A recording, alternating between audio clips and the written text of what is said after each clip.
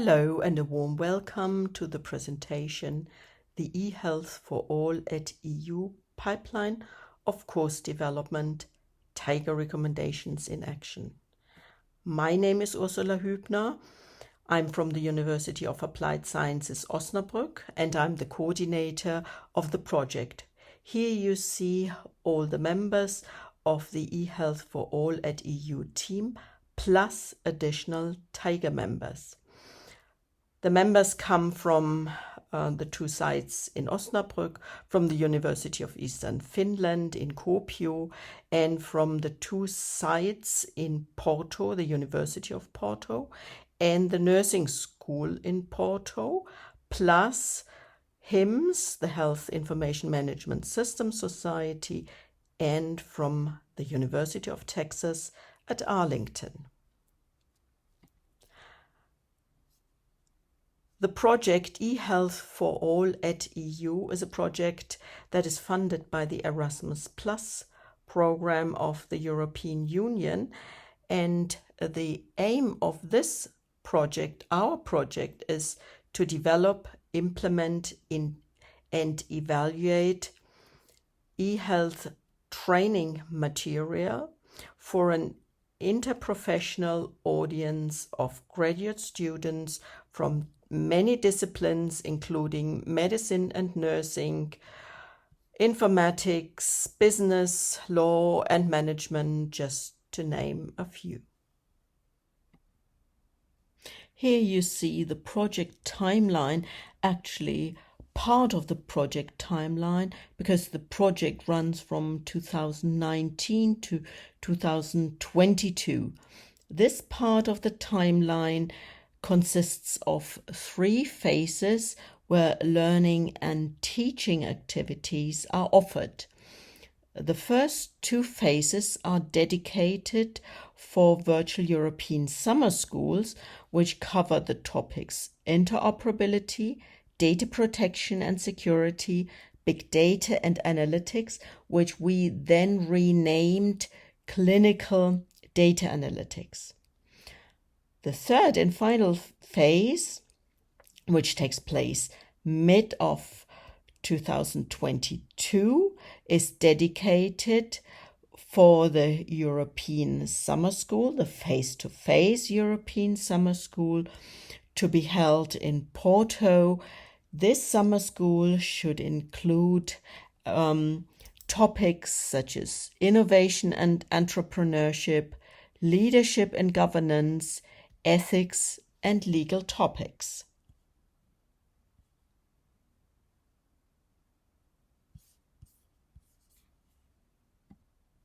In order to conduct the course development in a systematical manner, we developed something what we call the educational pipeline, the eHealth for All at EU educational pipeline. And this is shown in this diagram.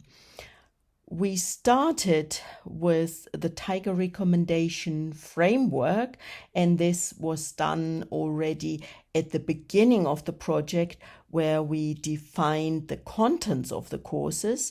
The recommendation framework helped us to select relevant competencies, and then during the course development, we wanted to further specify the competencies and to verify them at a local level, look for the appropriate pedagogical method, define the electronic learning environment that is suitable for the course, and develop finally the course so that we could end up with the course content.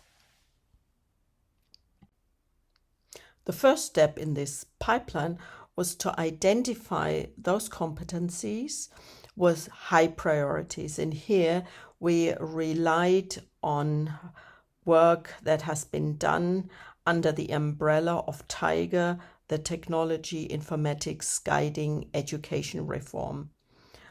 We presented the results from Tiger's international framework for recommendations of core competencies in health informatics 2 years ago at MedInfo 2019 in Lyon. And this framework included competencies for different roles of health professionals, including those who are involved in direct patient care, those who are doing health information management, the executives, chief information officers, engineers, health IT specialists, and of course, researchers and educators. In this slide, you see a summary of the priorities from the Tiger recommendations. Actually, this slide was shown 2 years ago at MedInfo in Lyon, and it shows that communication, leadership and ethics in health IT, quality and safety management, documentation and care processes, and IT integration, as well as data analytics, were rated highly by almost 800 experts from around the globe. Now, these competencies were included in the courses of the eHealth for All at EU project. Let me now walk you through the pipeline and hereby exemplify the work of the pipeline for a particular course, the Clinical Data Analytics course. Knowing from the Tiger recommendation framework that data analytics is an important area, we then thought that it would be nice to further specify the competencies and conducted a scoping review. This review demonstrated that there is a multitude of studies in this field. However, these recommendations were rather very general, so that we could not use them for the clinical data analytics competencies, but in a more general way, defining how such a course should be structured and implemented. In the next phase, we try to verify the competency and the relevance of the competency through local focus group discussions, which were held in Germany, Finland, and Portugal.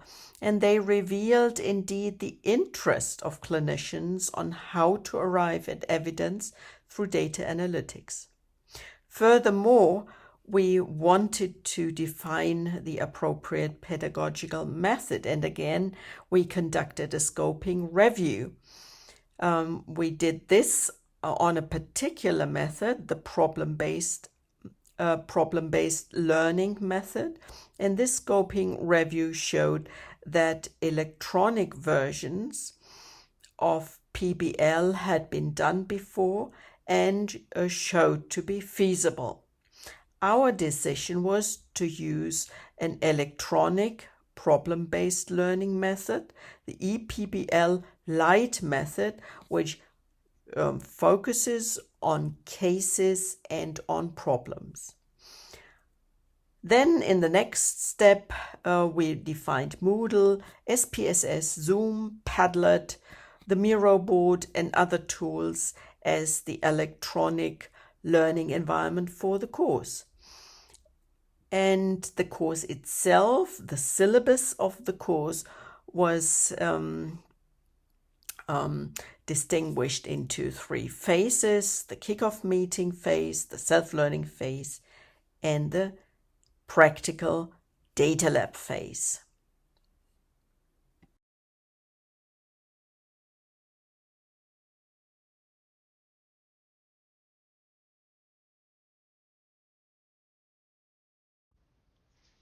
Here you see more details about the course syllabus. As I mentioned before, the course was divided into three parts: the kickoff meeting mid-June, the self-learning phase from mid-June to end of August, and the data lab phase at the end of August.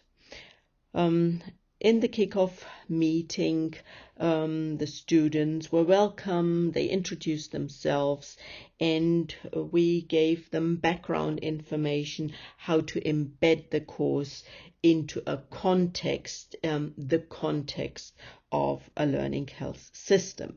Furthermore, they were given instructions how to use SPSS.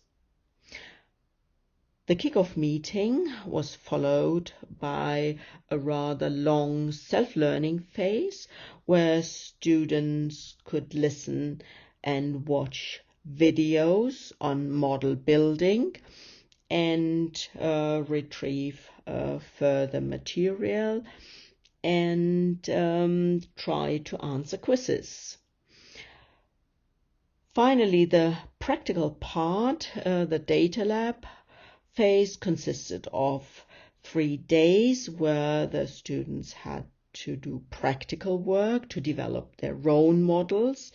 Here they were given a data set on diabetes, containing diabetes variables from which they had to build on day 1 models to identify risk factors for diabetes. On the second day, they had to develop prediction models and evaluate the behavior of these models, again based on the diabetes dataset. And on the third and final day, they presented their work and were given the certificates.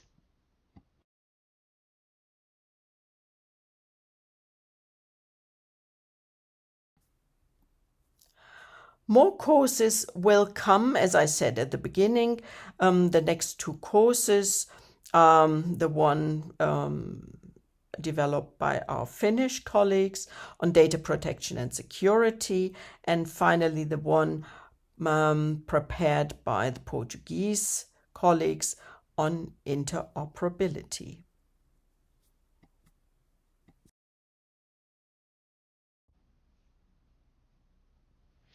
Thank you for listening.